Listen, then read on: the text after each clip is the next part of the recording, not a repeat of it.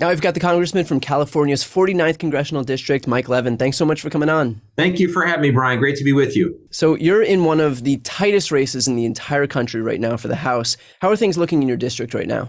Well, we feel fantastic. We are just working around the clock every single day until Election Day so that when we wake up the morning after the election, there are no more doors to knock, no more calls to make. We've given it our all and have no regrets. And I'm so proud of our team, Brian. They're just working incredibly hard. And we knew this was going to be a very competitive election as soon as we saw the new district lines. And we saw that it was very, very tight in terms of registration between Democrats and Republicans, that we were going to have a tough fight on our hands. And then, of course, we've seen millions in dark money spending from Kevin McCarthy's super PAC, and then millions more in self-funding from our Trump Republican opponent. So we always knew this would be tough, and we're going to sprint to the finish and run through the tape. And how did the district change after redistricting? What did it go from looking like? So it was a D+7 district, D+6, D+7, and then after redistricting, it was D+2.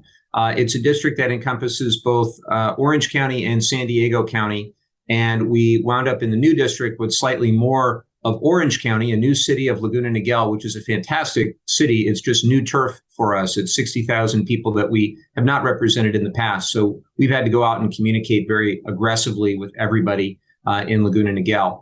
And we have done that.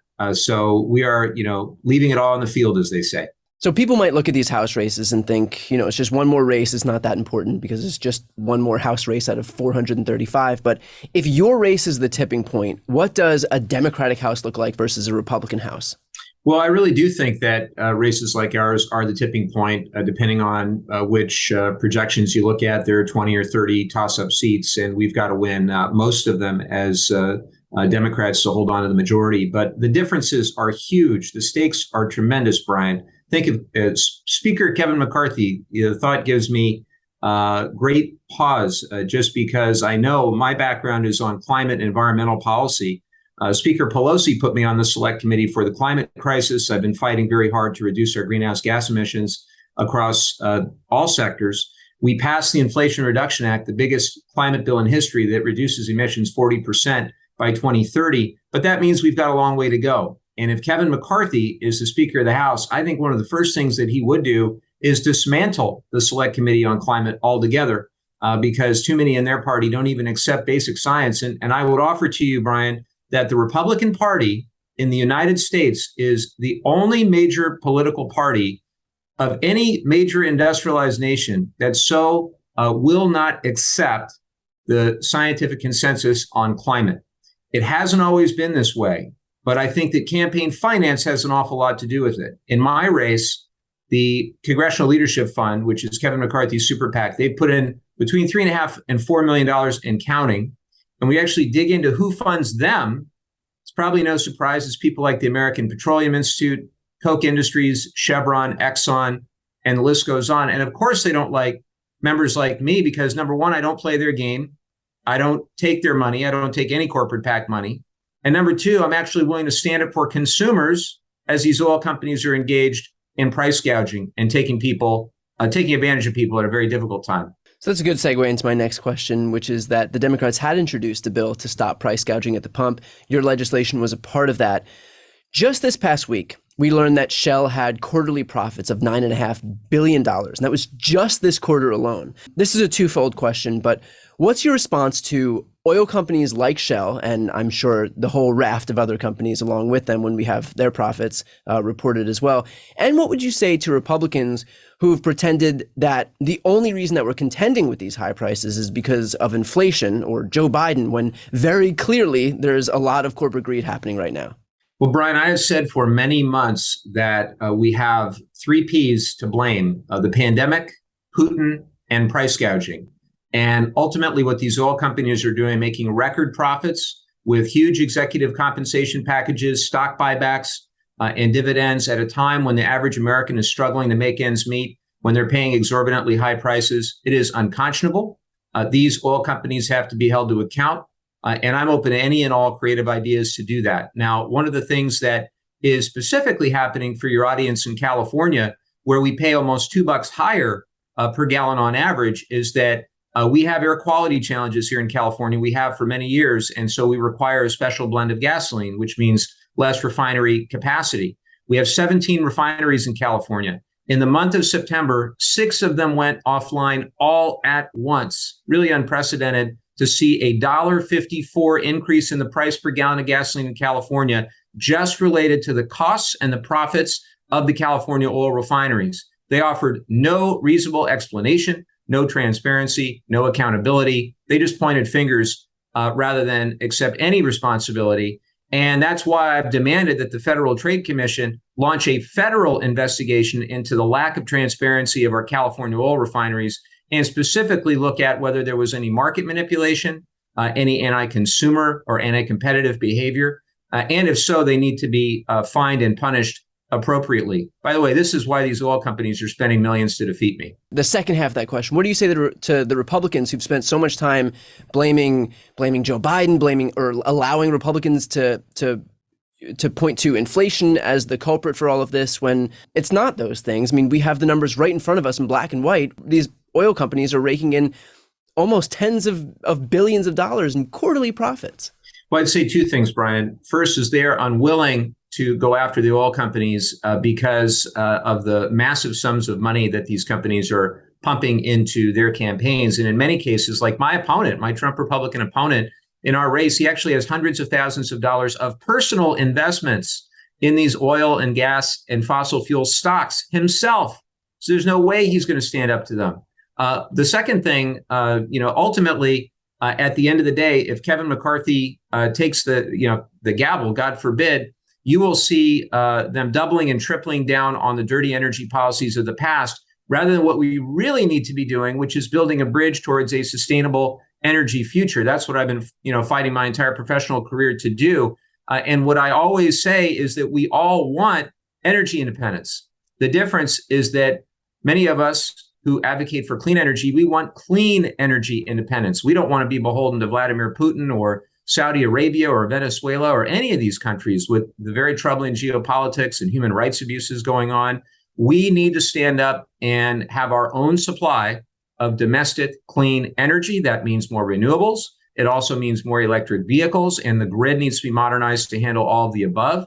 And unfortunately, if the Republicans are elected, they will take us many steps back, denying the basic science and denying the sort of investment that will be needed, not only to protect our environment, but to grow our economy, Brian. This is all about creating the clean energy jobs of the future. And I know we can do it, and I know the people want it. It's just the Republican politicians are in the back pocket of big oil. Those same politicians, by the way, who are falling over themselves to congratulate themselves for all of this investment and money coming into their states because of the CHIPS Act, because of the Inflation Reduction Act. So when Micron, when all of these companies are announcing tens of billions of dollars of investments and tens of thousands of jobs coming into these different states in Wisconsin and Ohio, they're the first ones taking the applause and shaking everybody's hands on the receiving lines. But at the same time, they're all voting against this stuff. But this stuff wouldn't exist if we didn't start investing in renewables and chips and stuff for the future, as opposed to just entrenching our reliance on a dying industry of oil and gas and fossil fuels. So I think that's... Well, they like to vote no and take the dough. And right. the other thing is they have no plan.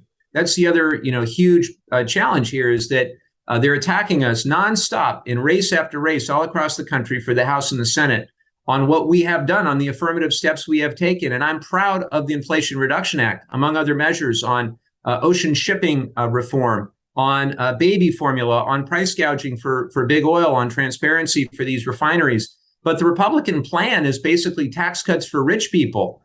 It's a bunch of bull. They really don't have any substance. They just like to point fingers at us without offering any suggestions that will actually alleviate the problem, might actually make things worse. Well, I want to be fair. Their plan also includes banning abortion and banning books. So can't forget those things. As you've spoken about, you are one of the climate champions in the Congress. What will the climate provisions in the Inflation Reduction Act mean as far as climate is concerned? I think people see the Inflation Reduction Act as, like, people who don't pay attention to this stuff every single day, as like this nebulous piece of legislation. But what specifically will that bill mean for climate? Well, it's the biggest investment in climate in the history of the United States, the history of any nation, and the provisions in there, which are a combination of tax incentives and grants and other types of provisions, will dramatically reduce greenhouse gas emissions. The estimates across the board are somewhere around 40% in greenhouse gas reduction from 2005 levels by 2030. And what that means is it'll impact every part of the greenhouse gas puzzle. So how we build buildings, how we grow food, how we drive people around, how we generate electricity, to do all of the above. All of those things will be dramatically impacted, and businesses and individuals will have an easier decision to make when putting solar on their roof or batteries in their business or an electric vehicle in their garage actually makes a lot more economic sense than it did before.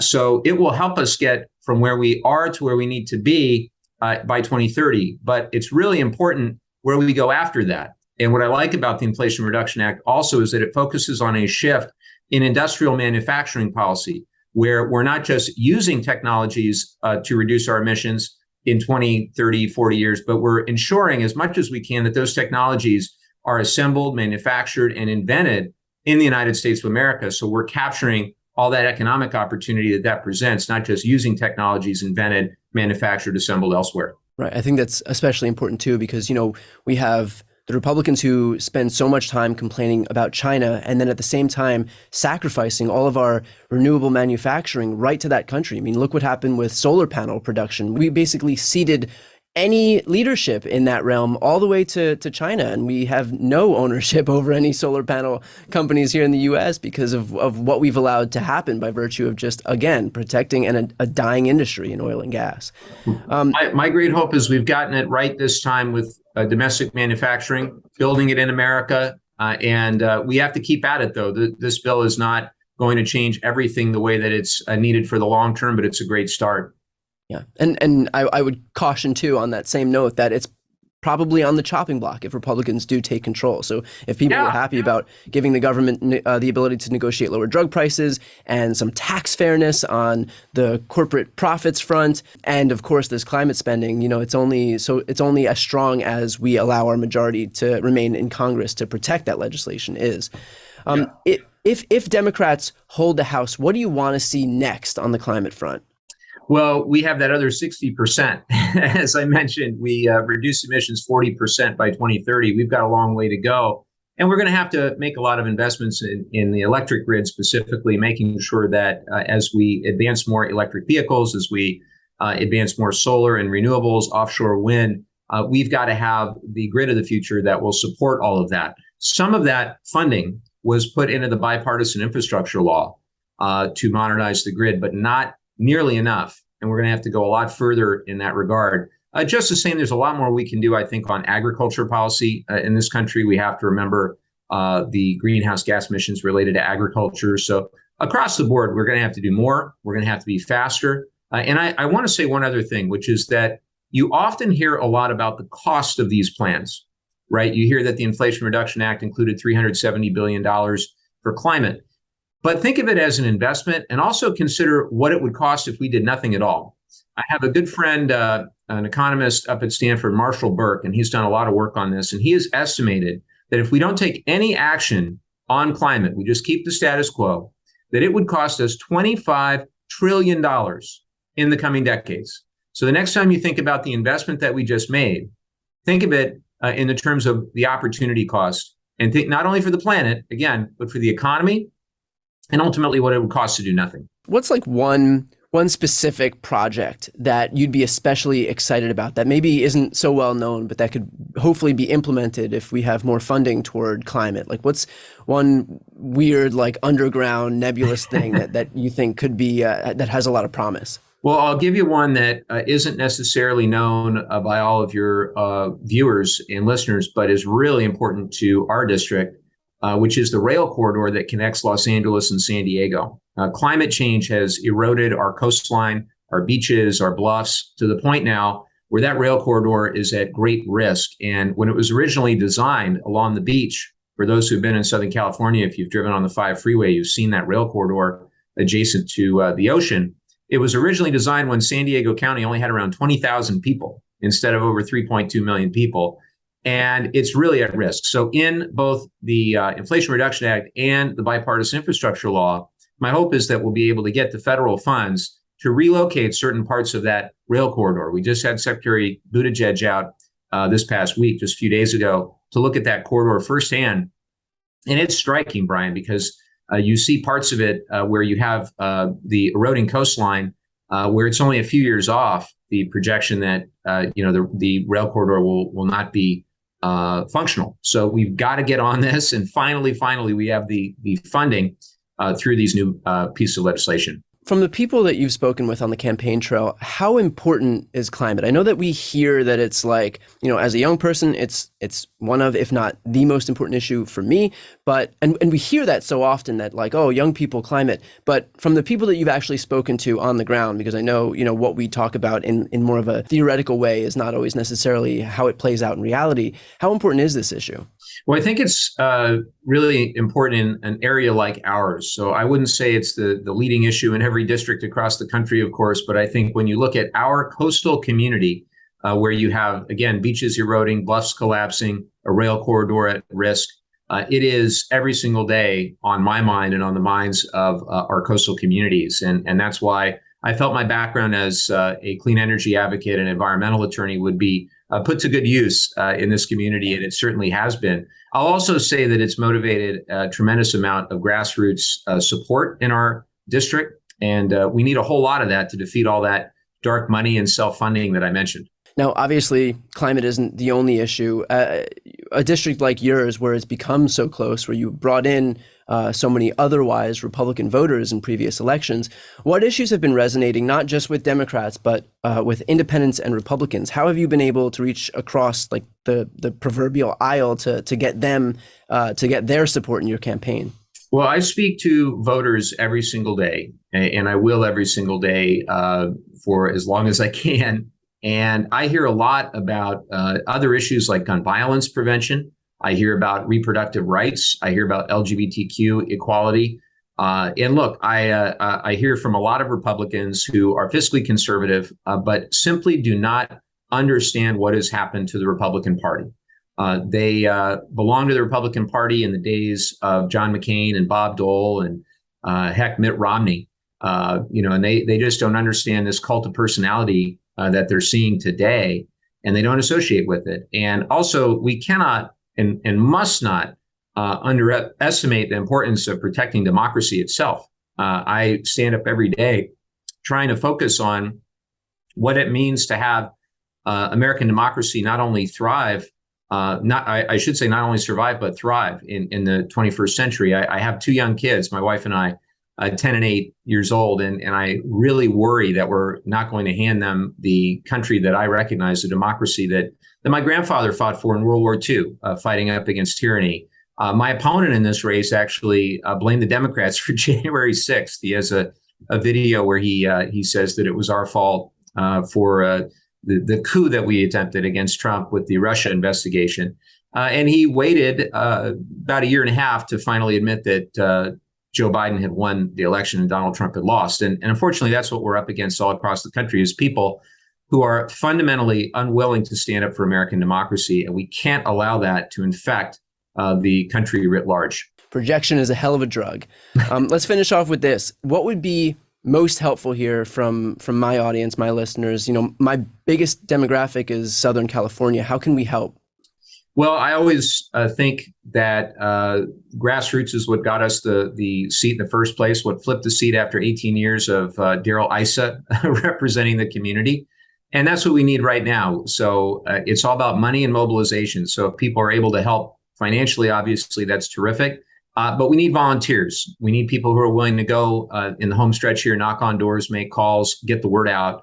And the good news is lots of people from LA have come down through really all throughout Southern California. I can offer beautiful coastal views as you knock on some great doors in our communities. But everybody can just go to mikelevin.org, MIKELEVIN, and sign up. We'd love to see you.